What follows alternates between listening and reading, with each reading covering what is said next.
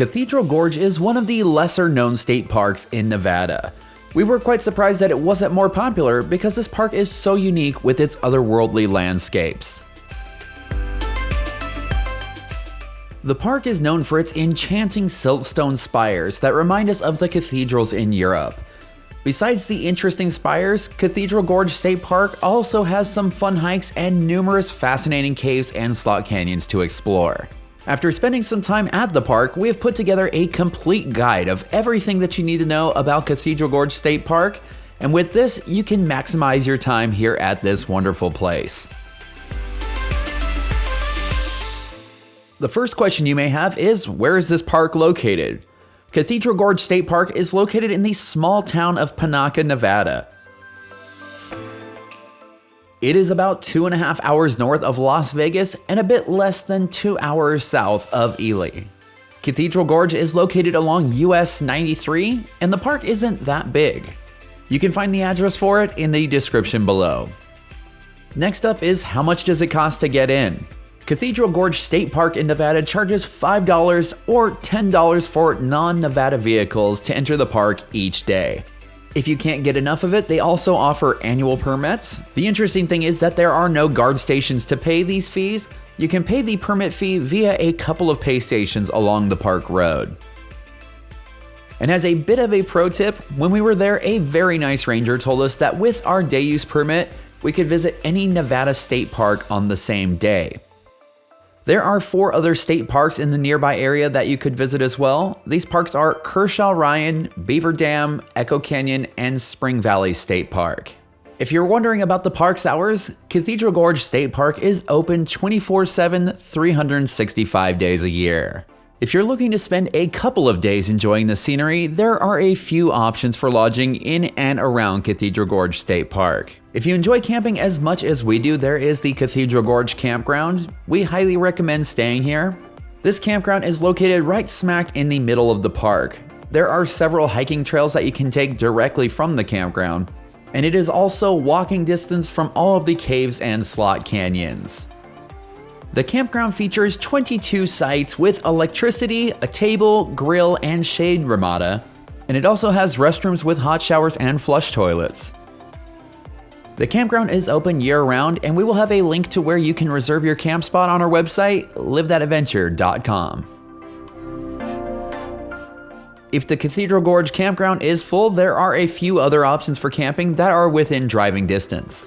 For RV campgrounds, the closest one is the Pioche RV Park and Campground. That's about 15 minutes away. Another option is about 30 minutes away at Echo Canyon State Park or 20 minutes at Kershaw-Ryan Campground. If camping is not your thing, there are a couple of hotel options at Panaca right outside Cathedral Gorge State Park. There are also some options about 15 minutes north of the park in Pioche and about 40 minutes south in Caliente. In all 3 towns, you should be able to find some nice lodging options. There are a couple of other things that you should probably know before making your way to Cathedral Gorge State Park. Inside the park, there is limited to no cell reception. Before heading in, make sure to download or print out any camping reservations or directions that you may need. Pets are allowed inside the park, but they need to be on a leash that is 6 feet long or shorter, and please clean up after them.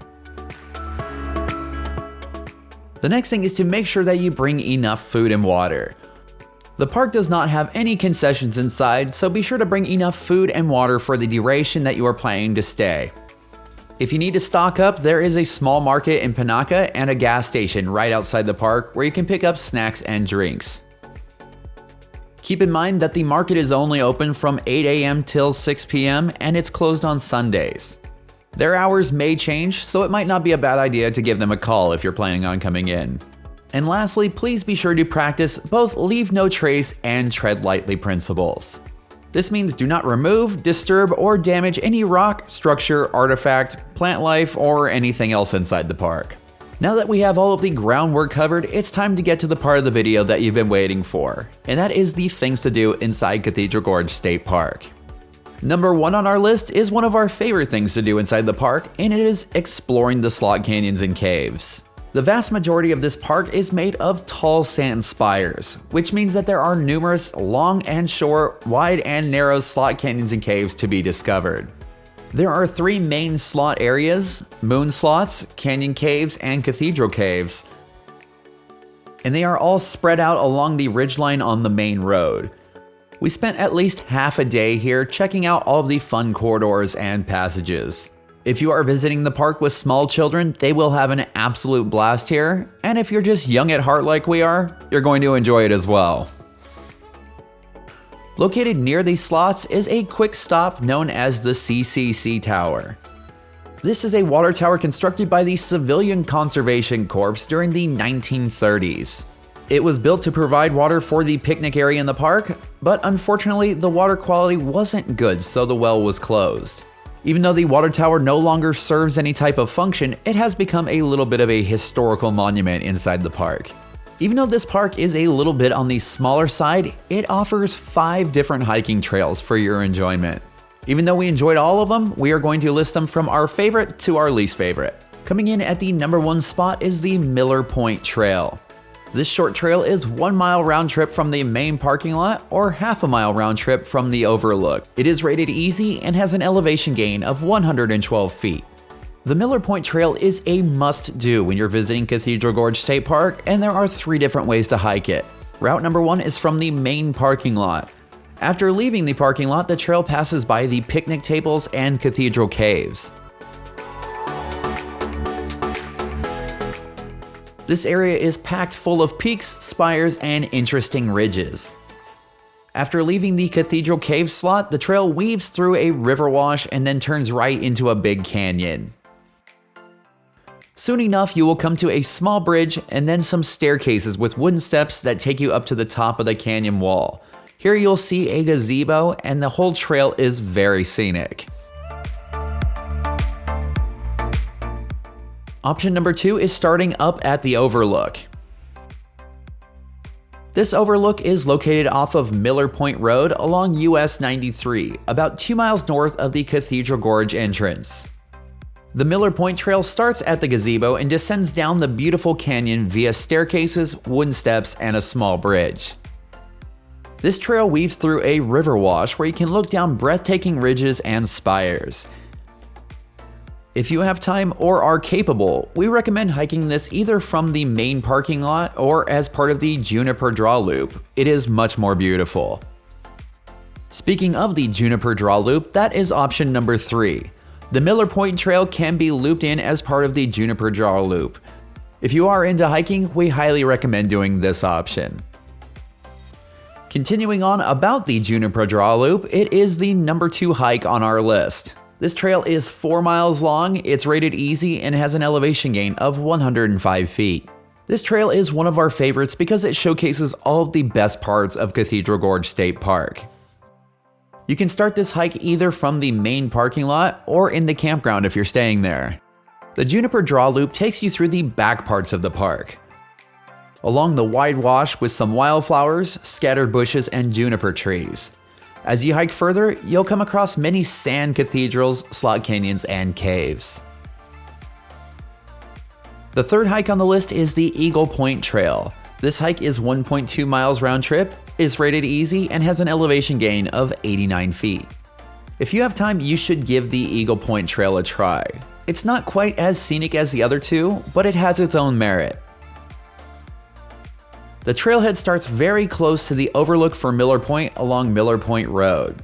The Eagle Point Trail follows along the edge of cliffs, overlooking the valley around you.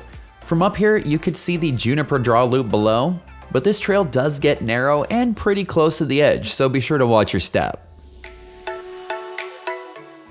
Number 4 on our list is the Hawks Ridge Trail. This hike varies between 4 to 6 miles round trip. It is rated easy with an elevation gain of 278 feet. This is the longest trail in Cathedral Gorge State Park. If you're an avid hiker or have plenty of time to spend in the park, you can do the Hawks Ridge Trail. However, we recommend doing Miller Point, Juniper Draw Loop, and Eagles Point Trail first.